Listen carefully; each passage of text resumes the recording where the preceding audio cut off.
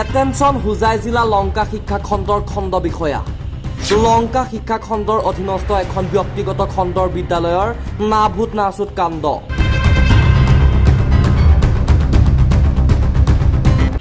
লংকা শিক্ষা খণ্ডৰ অধীনস্থ এখন ব্যক্তিগত খণ্ডৰ বিদ্যালয়ৰ অবৰ্ণনীয় কাণ্ড পোহৰলৈ আহিছে।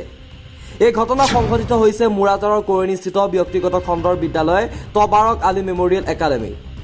তবাৰক আলী মেমৰিয়েল একাডেমীৰ কৰ্তৃপক্ষ সাবিৰ আহমেদৰ কাণ্ড জ্ঞান নথকাৰ বাবে শিক্ষাৰ্থীৰ জীৱন অন্ধকাৰলৈ ডুব গৈছে। কাণ্ড জ্ঞান নথকা তবাৰক আলী মেমৰিয়েল একাডেমীৰ কৰ্তৃপক্ষই শিক্ষাৰ্থীৰ জীৱনক লৈ হেতালি খেলাৰ বিস্ফোৰক অভিযোগ উঠিছে। এইখন বিদ্যালয়ৰ শিক্ষাৰ্থী জাসমিনা বেগমক কম্পাৰ্টমেণ্টেল পৰীক্ষাৰ বাবে স্কুলৰ কৰ্তৃপক্ষ সাবিৰ আহমেদে দিয়া নাই এডমিট কাৰ্ড, যাৰ ফলত পৰীক্ষাৰ পৰা বঞ্চিত ভুক্তভোগী শিক্ষাৰ্থী জাসমিনা বেগম। জানিব পৰা মতে তবাৰক আলী মেমৰিয়েল একাডেমীৰ কৰ্তৃপক্ষ সাবিৰ আহমেদে শিক্ষাৰ্থী জাসমিনা বেগমক এডমিটৰ বাবে ফৰ্ম ফিল আপ কৰিবলৈ ফিজ লৈছিল, কিন্তু শিক্ষাৰ্থীগৰাকীৰ ফৰ্ম ফিল আপ নকৰাৰ অভিযোগ তুলিছে শিক্ষাৰ্থীৰ পৰিয়ালে। তবাৰক আলী মেমৰিয়েল একাডেমীৰ কৰ্তৃপক্ষ সাবিৰ আহমেদৰ এনে কৰ্মকাণ্ডত পৰীক্ষাৰ পৰা বঞ্চিত হোৱা জাসমিনা বেগম এতিয়া মানসিক হাৰাশাস্তিত আছে বুলি জানিবলৈ দিয়ে পৰিয়ালৰ। কাণ্ডজ্ঞান নথকা বিদ্যালয়ৰ কৰ্তৃপক্ষ সাবিৰ আহমেদৰ গাফিলতিৰ বাবে অন্ধকাৰলৈ শিক্ষাৰ্থী জাসমিনা বেগমৰ জীৱন।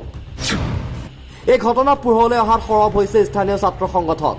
দায়িত্বত ফাঁকি দিয়া তবাৰক আলী মেমৰিয়েল একাডেমীৰ কৰ্তৃপক্ষ সাবিৰ আহমেদৰ কাণ্ডজ্ঞানহীনতাৰ বাবে সমালোচিত হৈছে সচেতন মহলৰ মাজত।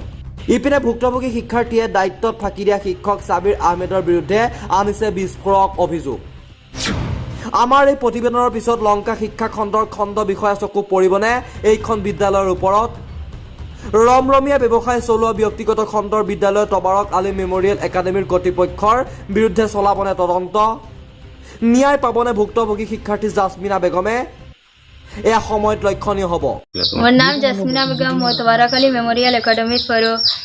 সেইখন স্কুলৰ পৰা মই এডমিট কাৰ্ড দিয়া নাই।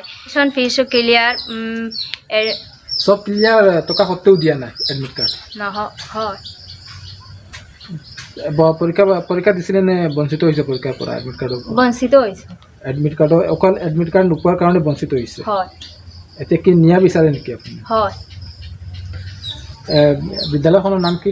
তবাৰক আলী মেমৰিয়েল একাডেমী। ক'ত অৱস্থিত এইখন? খৰয়নি টেংগাতলি অৱস্থিত। প্ৰধান শিক্ষকৰ নাম কি আছিল? সাবিৰ ছাৰ। আপোনাৰ কিবা অভিভাৱকসকল গৈছিলে নেকি এডমিট কাৰ্ডখন আনিবৰ কাৰণে? হয়, গৈছিলোঁ। তাৰপাছত কি ক'লে? ছাৰে ক'লে ৰাতি দিবৰ কাৰণে। পাছত দিছিলে এক্সাম আছিলে 28 তাৰিখ। এইটো কিহৰ এক্সাম আছিলে? কম্পাৰ্টমেণ্টেল এক্সাম আছিলে নেকি? হয়। HSLC এক্সাম আছিলে নেকি? হয়। এতিয়া কি বিচাৰে সংবাদ মাধ্যমৰ জৰিয়তে? মই পৰীক্ষাৰ পৰা বঞ্চিত হোৱাৰ পাছত মানসিকভাৱে হাৰাশাস্তি পাই আছোঁ। সংবাদ মাধ্যমৰ জৰিয়তে ন্যায় বিচাৰিছোঁ। কৈছে ৰাতি 11টা বজাত দি দিব। ৰাতি দিব? ৰাতি 11টা বজাত দি দিব। তাৰপাছত ৰাতি যেতিয়া আকৌ গৈছোঁ মই আনিবৰ কাৰণে, সি ক'লে পিছদিনা মানে ৰাতিপুৱা 8টা বজাত দি দিব। 8টা বজাত যেতিয়া মানে সি ফোন কৰি ক'লে 7:30 বজাত যে আপোনাৰ ছোৱালীৰ এডমিট কাৰ্ড বনোৱা নাই, সি ফৰ্মো জমা দিয়া নাই। কিয় বনোৱা নাই? ফিজো আপোনাৰ পৰা নিলে, পাছতো কিয় তেওঁলোকে বনোৱা নাই? এইটোতো মই ক'ব নোৱাৰোঁ। এতিয়া আপোনাৰ ছোৱালী হয় নেকি? এইটো আমাৰ ছোৱালী জাসমিনা বেগম, মোৰ ছোৱালী হয়। এতিয়া আপোনালোকে কি বিচাৰে? এতিয়া মইতো ন্যায় বিচাৰোঁ। হোজাইৰ পৰা আব্দুল কালামৰ ৰিপৰ্ট, চুহানা লাইভ।